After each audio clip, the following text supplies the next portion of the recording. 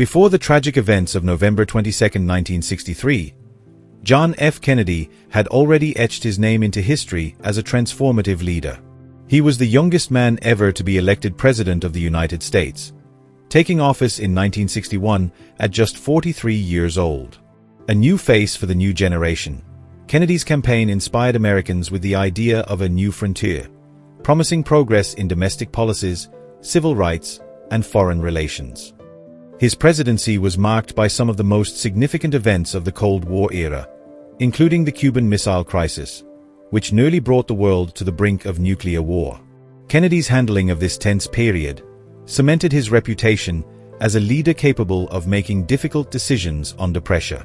Domestically, he pushed for landmark policies in civil rights, social welfare, and education, challenging the status quo and calling for unity in a divided nation. However, Kennedy's presidency was not without its challenges.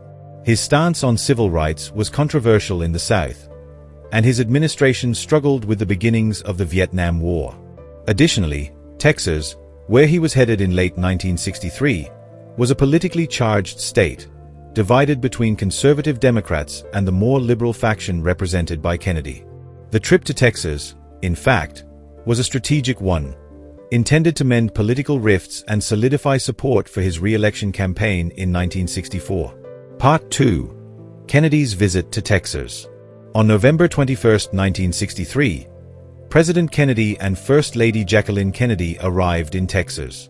The two-day trip was packed with political engagements, speeches, and appearances. However, the most publicized and historic moment of their visit would come the following day in Dallas. The motorcade was scheduled to pass through Dealey Plaza in downtown Dallas, where Kennedy would be greeted by thousands of enthusiastic supporters. Dallas was known for its political tension, especially among conservative groups who were vocal in their opposition to Kennedy. As the motorcade made its way through the city, it was clear that this would be a momentous day for Kennedy's re-election efforts, and, tragically, a day that would mark the end of his presidency. Part 3. The Assassination. At 12:30 p.m., the motorcade made its way down Elm Street, past the Texas School Book Depository. As the open limousine, with the Kennedys sitting in the back, passed by, shots rang out. The first shot missed, but the second hit President Kennedy in the upper back.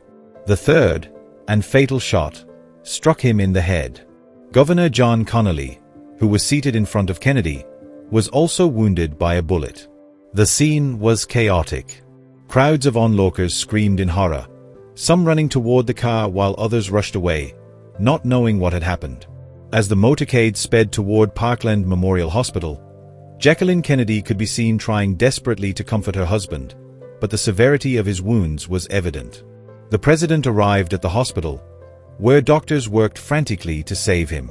Unfortunately, at 1 p.m., less than 30 minutes after the shooting, President John F. Kennedy was declared dead.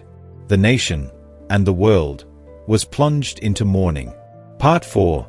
The Arrest of Lee Harvey Oswald. Shortly after the assassination, law enforcement authorities quickly moved to locate the person responsible. Within hours, a suspect was in custody. Lee Harvey Oswald, a former U.S. Marine who had been living in the Soviet Union before returning to the United States. Oswald was captured after allegedly killing a Dallas police officer and was soon charged with the murder of President Kennedy. As authorities began to investigate Oswald's background, questions arose about his motives. Was Oswald a lone gunman, or was he part of a larger plot? Oswald, despite his arrest and mounting evidence against him, denied all charges. He claimed that he was merely a patsy, someone framed for a crime they did not commit. But the evidence seemed to point in his direction. Witnesses had seen him at the Texas School Book Depository, and a rifle was discovered in the building's window. Was Oswald really the sole perpetrator, or was there something more at play? Part 5. The Warren Commission, Official Investigation. Amidst growing speculation and public anxiety, President Lyndon B. Johnson, who had assumed the presidency after Kennedy's death, established the Warren Commission to investigate the assassination. Led by Chief Justice Earl Warren, the commission's mandate was to uncover the truth behind Kennedy's murder and determine whether Oswald acted alone.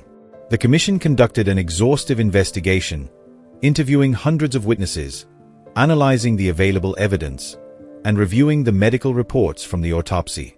In 1964, the Warren Commission concluded that Lee Harvey Oswald acted alone in the assassination of President Kennedy. According to their findings, Oswald fired 3 shots from the 6th floor of the Texas School Book Depository, one of which struck Kennedy in the back and throat, and another which ultimately caused his fatal head wound. Part 6. Conspiracy Theories.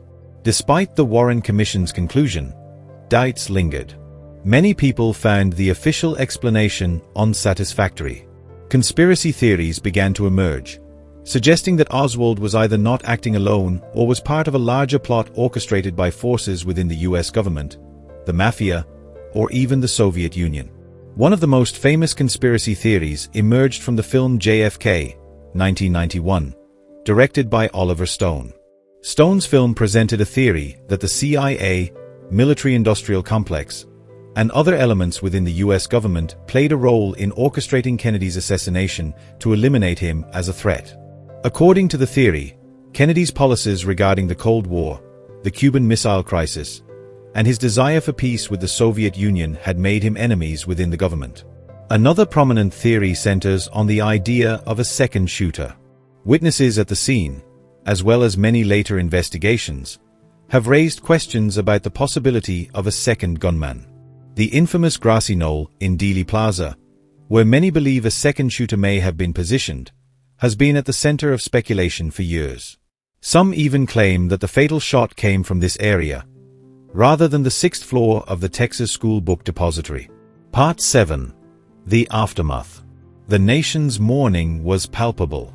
On November 25, 1963, John F. Kennedy was laid to rest in Arlington National Cemetery, a burial site that has since become a place of pilgrimage for Americans and people around the world. His funeral procession, televised for millions to see, was an emotional and powerful moment, symbolizing the end of an era. Jacqueline Kennedy, his widow, became an enduring symbol of grace under pressure. She stood stoically by her husband's casket, her children, John Jr. and Caroline, by her side. It was an image that would forever define the collective memory of Kennedy's assassination. Lyndon B. Johnson was sworn in as the 36th president aboard Air Force One, just hours after Kennedy's death. America was left in a state of shock and uncertainty. Would the nation's political course change under Johnson's leadership? And how would Kennedy's death reshape American politics and foreign policy? Conclusion. Over 60 years have passed since John F. Kennedy's assassination, yet the questions surrounding that tragic day continue to haunt us. The official story, Lee Harvey Oswald acting alone, remains the accepted narrative, but the enduring mystery of Kennedy's death continues to fuel debate. Recently declassified documents and ongoing investigations have brought fresh attention to the case. Some believe the truth is still hidden, and the release of new information may one day reveal what truly happened that day in Dealey Plaza. But regardless of the unanswered questions, Kennedy's legacy lives on. His vision for America, his commitment to civil rights, his call for a new frontier, and his ability to inspire remain powerful ideals that resonate with people around the world. Thank you for joining us on this journey through one of the most tragic and impactful moments in American history. What do you think? Did Lee Harvey Oswald act alone? Or is there a deeper, more complex story that's yet to be told? Share your thoughts and theories in the comments below.